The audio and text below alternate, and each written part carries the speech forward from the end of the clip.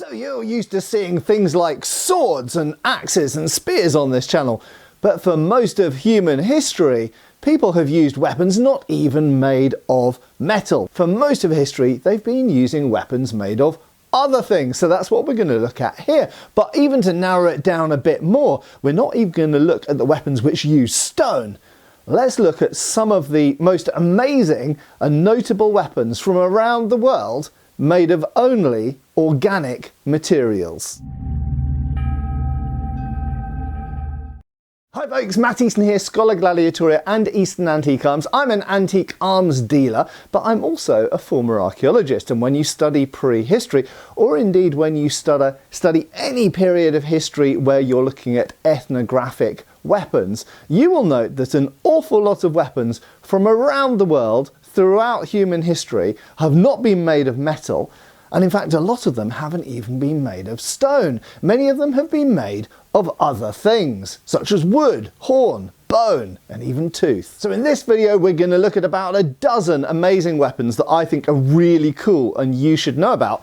And do you know all of them? And they're all going to feature only organic materials. That is, something that was grown in a creature or a tree. And let's see how many of these weapons you knew already and how many of them you thought that I was going to mention. And did I? Let's see. But just briefly before we go on, I want to thank today's sponsors for this video, who are Maui Globes. We're massive fans of Maui Globes. We absolutely love them. We've got a few of them in the house. We've given them as presents and we absolutely love them, and so do the kids. And of course, geography is hugely relevant to this channel, knowing where different countries are, where different borders are, where different wars happened, different cultures and traditions. With over 40 different themes for designs, including various types of world map, space, planets, famous artworks, even sporting, you'll find something on there that you absolutely love. Or of course something which is perfect as a gift for one of your loved ones. And all of these designs feature a rotating globe that's powered by light, no cables, no electricity, no charging. It features first of its kind technology using magnets inside. This means that the inner orb rotates while the outer casing remains still,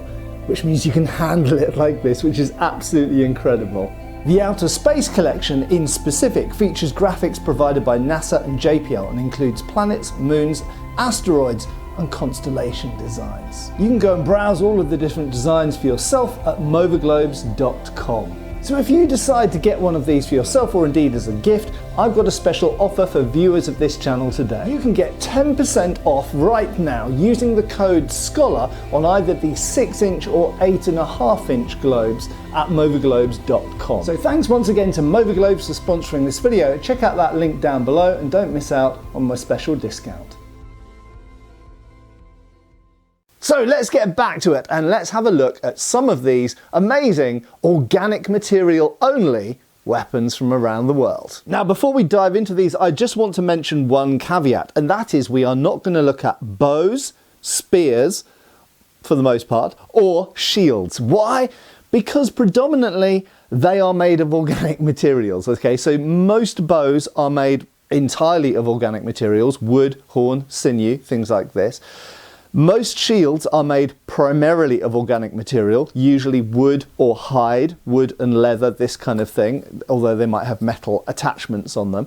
And spears are obviously primarily a long stick or pole with various types of head at the end. But I do want to give a special credit to all of these weapons because, of course, throughout human history, these are probably the three most important weapons: bows, spears and shields, and they're predominantly made of organic materials, and I think it's worth mentioning that. Anyway, putting those aside, now let's look at some amazing, incredible and ingenious for some parts organic material weapons of other sorts. Because you've been asking me to talk about this weapon for years and it's been hanging over my shoulder over there on my garage door, we're going to look at this one first, and it is the Maui Pu. Let's take this outside. So for anyone who doesn't know, the Maori are the indigenous people of New Zealand down there just next to Australia, down on the bottom of Earth as we conventionally view the world. Now, the Patu is just one of many incredible and fascinating weapons in New Zealand, and it has to be said, of course, that Maori weapons in general are all made of organic materials. They didn't use metal at all, although they did use stone. Now, I've mentioned we're not going to look at stone here. Now, the Patu itself is a shorthand weapon. They certainly have some big weapons as well, which we might look at. But the Patu is essentially like a short sidearm, the equivalent of a knife or a pistol or something like this. It has this characteristic shape, but it's not always made of wood. This is made of wood, so it can feature in this channel. It has to be said, some of them are made of stone, various types of more unusual stone, and there's some very highly prized ones. Or it can be made of whalebone, which of course is organic. So I've included the Patu here because it's an incredibly cool weapon that I have one of to show. This is a sort of modern recreation one. And how were they used? Well, it seems they were used particularly as a sort of backup weapon, but also sometimes having ritual significance, which I know you'll hate me for saying as a former archaeologist. But essentially it's a bit like a hatchet. Now, although it looks a bit like a paddle, okay, and you could hit someone with the flat of it, you'll notice it essentially has an edge around, and that's a feature we'll find quite a lot here. So I think people think of edges on metal weapons, but they don't always think of them on wooden weapons. But wood can be pretty sharp, and of course it can be pointy. And if wood is what you primarily have access to, and you don't have access to metal, then you sharpen the wood. So this is a striking surface all the way around, can be used either way. But interestingly, these are often used for thrusting. So we have various references and people that have gone and both in the 19th century and more recently talked to Maori groups about how these things are used. And they surprisingly are used for thrusting, particularly at the head and neck area. And bear in mind, of course, that the Maoris, when they first arrived in New Zealand, this was an island inhabited by megafauna, by giant birds and stuff. So there were some incredible kind of prehistoric creatures still living in New Zealand. And these people essentially conquered and in some cases wiped out some of those species using nothing but weapons of organic material. So I'll probably do a deeper dive on this weapon in the future, but that is an introduction to the Maori Patu. So another weapon which has some superficial similarity to the Maori Patu is from the Solomon Islands, specifically Malaita Island, and it is called the Supi or Supi. Now this is made entirely of hardwood, a type of ironwood in fact, and you can see it has a sort of diamond-shaped head, but interestingly in functionality, what you end up with at the edges are points, you could say edges as well, so a little bit like the Maori Patu, but you have a pointy end as well, so it's a thrusting and bashing or piercing weapon. And much like the Maori Patu, while most are carved of wood, they can also be carved of whalebone, so you're looking at what you have available on the island, but also what's available in the sea. Some are more high status and are carved or inlaid with things like shell and things like this, and sometimes they have their handle bound, which can be done with coconut fibre, for example. So being a similar size to the Maori Patu, about 30 centimetres long, it has probably a similar form of use and a similar place, in a place where obviously they also had things like spears and stuff, so it's a sidearm and in some cases a weapon of status. Now of course next on the list has to come pretty much any type of wooden club. Now wooden clubs we know have been used since prehistory by just about every human group because it's just about the most simple weapon that you can make. So therefore we can find it all over the world. And obviously later on some people used stone to enhance the basic idea of a mace or wooden club. But what we're going to focus on here over in Africa is the famous Zulu knobkerrie. And so this was a weapon, it was a weapon of status, it's still carried today in certain places and for certain purposes. There's certain stick fighting styles associated with it. So while the primary Zulu weapon was the spear used with the shield, the knobkerrie was quite a useful sort of civilian everyday carry, but also an additional backup weapon as well. And yes, they did also have things like axes. So they had metalworking and for both the spearheads and for axes and other things as well. But importantly, they still kept the knobkerrie. Now, while I'm focusing on the Zulu one here, in fact, if you look all over Africa or if you look all over the world, you can find wooden clubs of various different forms. And of course, these did become walking sticks to some point as well. So due to various legal reasons in South Africa, there was a restriction on the size of the heads of knobkerries, so they just reduced the size of them.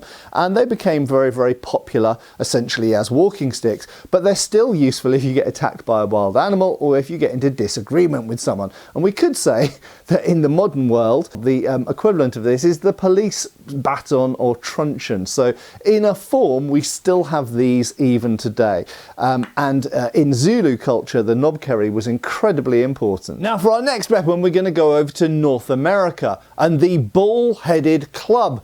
Now, in fact, if we look around the world, there have been various instances where instead of having a club which is, or rather a shaft which is central to the head is offset to the side. And that's what we see with the famous American Bullheaded Club. Now, I should mention that in period sources, these are often just referred to as tomahawks. Now, in fact, these weapons with stone heads, and of course the more famous, this is a pipe hawk, but these more sort of perhaps these are more associated with the word tomahawk, but in period sources these bullheaded clubs often get referred to as tomahawks. Now, these bullheaded clubs seem to have spread really right the way across North America, but seem to have initially been more common in the eastern side of America, and as groups shifted west they may have gone with them. We don't really know when they started, what their origin point is and what the earliest ones are. That they have been found archaeologically.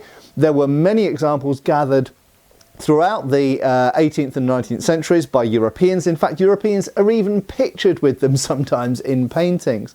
And we absolutely know that these were a very common type of sidearm, of hand weapon that was used all over North America, really, and probably became less popular as metal came in and people started trading for these sorts of tomahawks.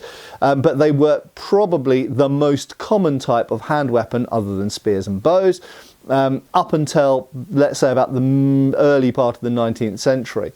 Now, they weren't always all organic. Most of them were made of the root of a tree. So the ball itself would be the root, and there'd be a branch coming out and be carved out like that. Some of them were made of separate parts. Some of them were very simple, some of them were very ornate. Sometimes we find animals carved around the back holding the bull. Sometimes we find things like crocodiles, or rather alligators, and lizards carved along the back here. And obviously these have symbolic and religious and cultural significance, and they were used in sort of ceremonies as well, not just in war as fighting weapons. And as I mentioned, they're not always fully organic. So sometimes we find in the early traditional ones a stone, antler, perhaps even horn spike sticking out of the front. And this is quite common, but it's not on all of them. A lot of them are just a simple bull. And of course, once iron and copper and bronze and other brass and other metals started being traded into the Americas, often that spike would be a traded piece of metal, could even just be something like a nail, to make it more lethal, essentially. But before they had metal, they did use things like stone or antler instead. But many of them are just a simple bull, and many of them are purely organic materials. So staying in North America, we're going to look at another famous type of Native American war club, which is the Gunstock Club. Now, there have been a lot of theories around this club. Did it come about because it was modelled on the shape of muskets? It seems probably not exactly. So one theory is that because Native Americans saw muskets being held by the barrel and swung, axe-like, as hand weapons, they thought, well, that's a good striking weapon, we will copy this shape. I'm sceptical of that as an exact explanation. I think that pre-mass adoption of firearms by Native American tribes in America, I suspect that the muskets were coveted and they were sought after, but they were still rare. And so there was perhaps some symbolic or status sort of kudos to owning things which were musket shaped, possibly.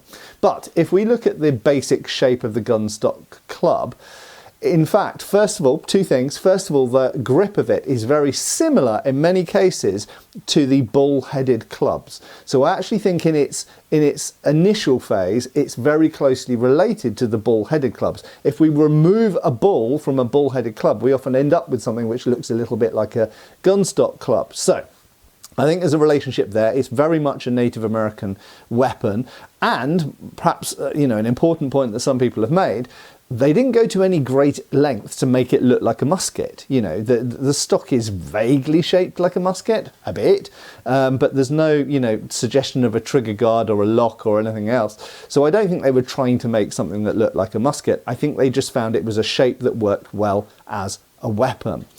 Moreover, and we're going to look at some other weapons in a minute, there are other gunstock shaped clubs in other cultures completely from different parts of the world. So it's clearly just a shape that works well as a weapon made out of wood. Now, important thing to mention, this is primarily an organic material weapon, that's why it's in this video. However, some of them did have blades added, sometimes multiple blades. So yes, indeed, where metal was available, they did sometimes put spikes into these things. But basically, the basic gunstock club is an entirely organic material weapon, and the spike doesn't have to be metal. The spike can be made of something like bone or antler instead. Now, to demonstrate that point, we're going to go long distance away to the South Pacific, okay, not that far away, well, actually a long way away from Australia, but a long way away from the North American tribes using gunstock clubs. We're going to go to a very similar shape of weapon, a form of gunstock club found in Fiji. That's right. Now, Fiji has an amazing variety of organic material weapons, which I could do a whole video about, and perhaps I will do at some point. But the Fiji weapon is known as the sally, but essentially it's very similarly shaped to the gunstock club. It's just a shape that works. Now, the sally from Fiji is made of a type of wood called ironwood, very hard, very good for weapons, and it's perhaps differentiated, and you can instantly recognize it from the North American gunstock club in that, generally speaking, they're usually bigger, but in addition it has this spur sort of kicking off the back, which gives a lot of blocking, parrying, trapping, and of course striking options. Now, in fact, this actually gives us its shape, which gives us its name, because the sally is a type of flower or plant, I think, and it has this particular shape, and so this weapon is named after that flora. So you often see that these weapons made of organic materials, societies which don't have access to metal yet, base their weapons on organic things around them that just happen to be really effective for hitting people with. And one of the features of Fijian weapons is, unlike Native American weapons, which are somewhat fairly often painted or have inlays and stuff, the Fijian weapons are carved, sometimes incredibly intricately, often with geometric, sometimes with more organic patterns. So the Fijian clubs are an incredible platform for demonstrating their art form. Now, we couldn't do any video on organic material weapons without mentioning the archetypal big stick.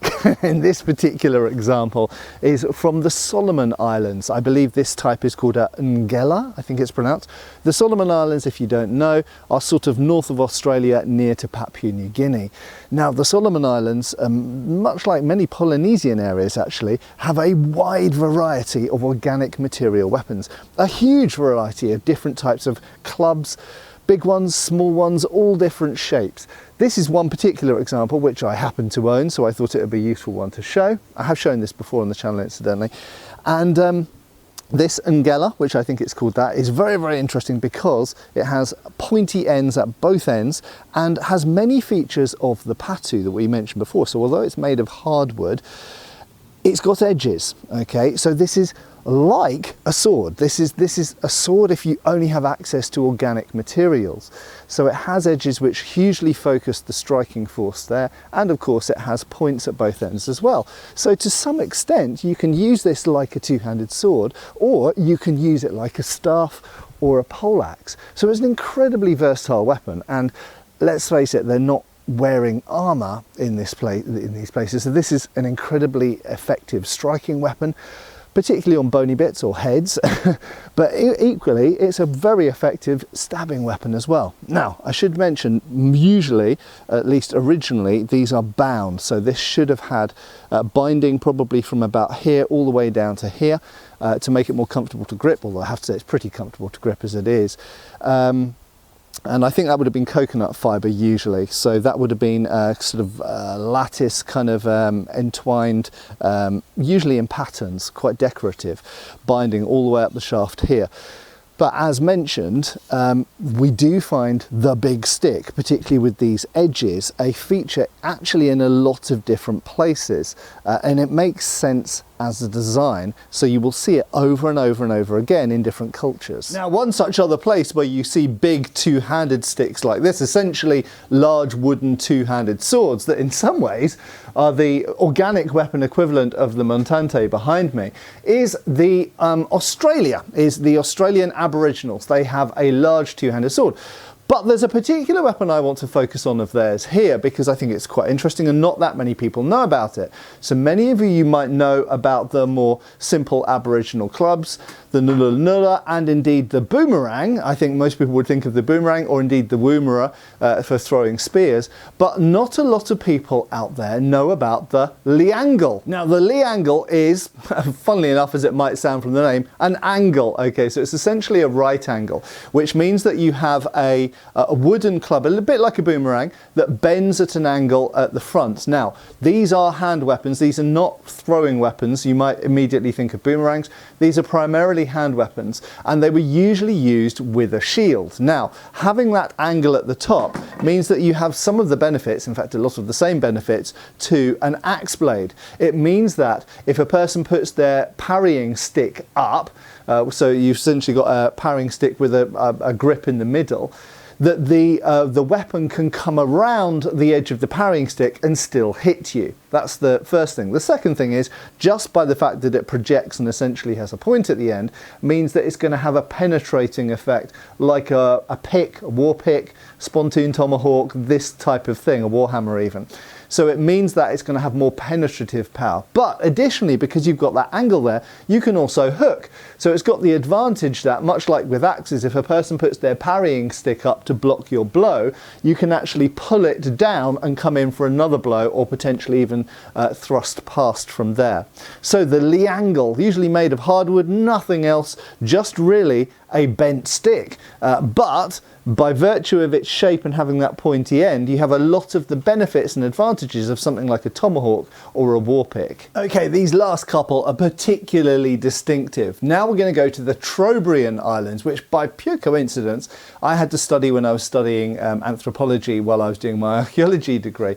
Now, combat on the Trobriand Islands near Papua New Guinea is quite ritualized. Okay, so they primarily use spears, as in most other places, but they do have this very characteristic style of sword, or is it a club? So the Massim sword club is in some ways a bit similar to the Maui Pu in that it's made of hardwood, it has edges, but it has not a pointy end. Now this is sort of interesting because the edges are thin, so it can be used for slashing, or at least for focusing the energy, but the end means that it doesn't stab like a point. Now it should be mentioned that these are carried everywhere around by men of status and not used in fighting very, very much. Maybe at some point they were, but in recorded times, recorded by Westerners, spears were primarily the weapons of combat.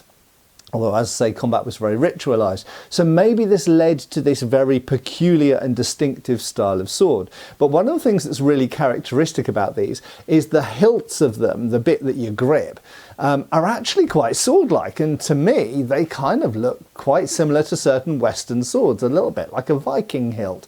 Anyway, there we go. It's the Massim Sword Club. It has some bludgeoning, has some slashing, cutting sort of potential. Bigger than a Maui Pu, perhaps not used that much in warfare, very characteristic design. So next time you see one of these, you can say that's from the Trobriand Islands. So the last weapon in the list is perhaps the first one that came to mind, and it's in some ways the most distinctive. It's certainly one of the things when I think of organic weapons that first springs to my mind.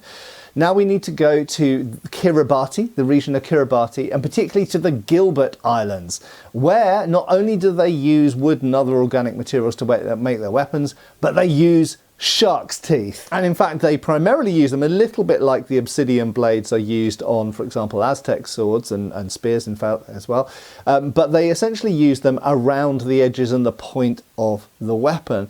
But the weapon in question can come in many different forms. It can be knife-sized, sword-sized, spear-sized, and it can have multiple blades. So essentially they were attaching shark's teeth to all sorts of different blades. In fact, they were so prolific at making different types of weapons that at least 13 categories of weapon were recorded in 1923 when they started looking and categorizing Kiraabati weapons. But the shark's teeth were actually attached to the wood, and that was usually coconut wood, incidentally, using palm fiber and human hair. Now, there are in fact two main categories of attaching the shark's teeth to the wood, or coconut wood, and one was involved embedding, a bit like the obsidian blades in Aztec weapons, embedding the teeth in the wood and then essentially binding or tying them further.